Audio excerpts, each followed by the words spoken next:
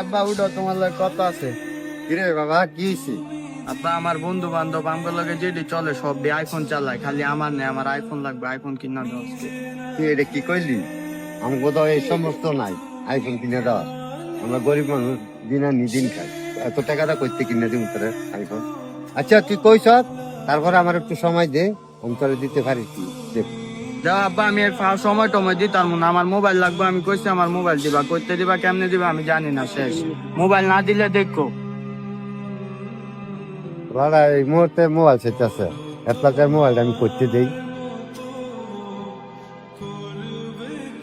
কিরে বাবা, মন খারাপ করে বই রিস্ক লাগি?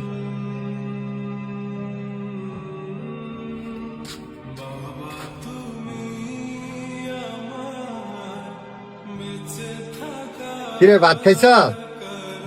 ওই হ্যাঁ, কি ভাত ভাত খাইছে? হ্যাঁ, অন্য ভাত খায় নাই। হ্যাঁ হ্যাঁ, ভাত খা। মোবাইল কিনা দিব। দেখ কাজটা মোবাইল কিনা না দিলে।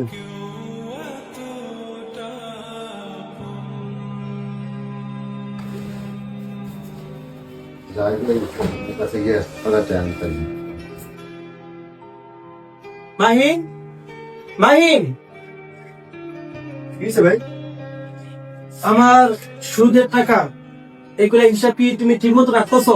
হ্যাঁ ভাই, সবগুলো ঠিকঠাক আছে। উত্তর পাড়ার কলিমুদ্দিনের পশ্চিম পাড়ার অমুকের টাকা দিয়েছে, টাকার হিসাব কি তোমার কাছে আছে? সব আছে। আমার প্রতি মাসে লাভের সুদের টাকা হিসাবটা তুমি কি রাখছো? হ্যাঁ ভাই, সব ঠিকঠাক আছে রেডি করে। ঠিক আছে, হ্যাঁ ঠিক আছে। আসসালামু আলাইকুম। ওয়ালাইকুম আসসালাম।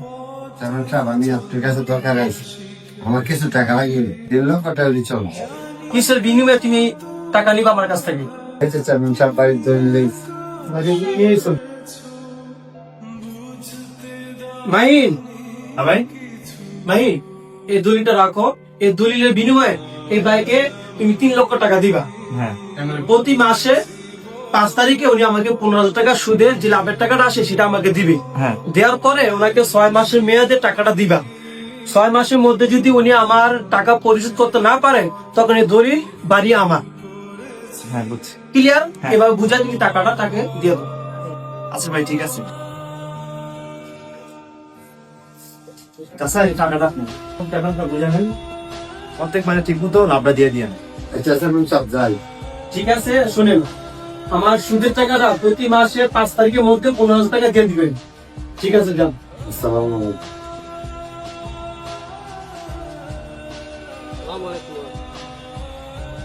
চেয়ারম্যানের বাড়িতে আপনি কি করেন এই জায়গায়? ওরা তো মোবাইল চাইছে, তো বাড়ির দলিল দিয়া টাকাই না, তো ওরা মোবাইল কিনে দিল। আরে পুরা কপাল, ছেলেটা বুঝলো না বাপের দুঃখ। ছেলেটা এত কষ্ট করে মানুষ করতে পারলেন না। ওরা তো বুঝে না, না বুঝে আর কি করে। আচ্ছা ওরা যাই। আসসালামু আলাইকুম ওয়ালাইকুম ভাই। সালাম ওয়া রাহমাতুল্লাহি ওয়া বারাকাতুহু। চেয়ারম্যানের বাড়ির সামনে দিয়ে আসতে লইছি, দেখি তোমার আব্বারে অফিস থেকে নামে। শুনলাম, জিজ্ঞেস করলাম কাকা কি খবর, কি করেন? বললো যে সাকিবের জন্য মোবাইল কিনবে, এই জন্য টাকা লাগবে 3 লাখ। বাড়ির দলিল দিয়ে নাকি টাকা নিছে তোমার জন্য মোবাইল কেনার জন্য।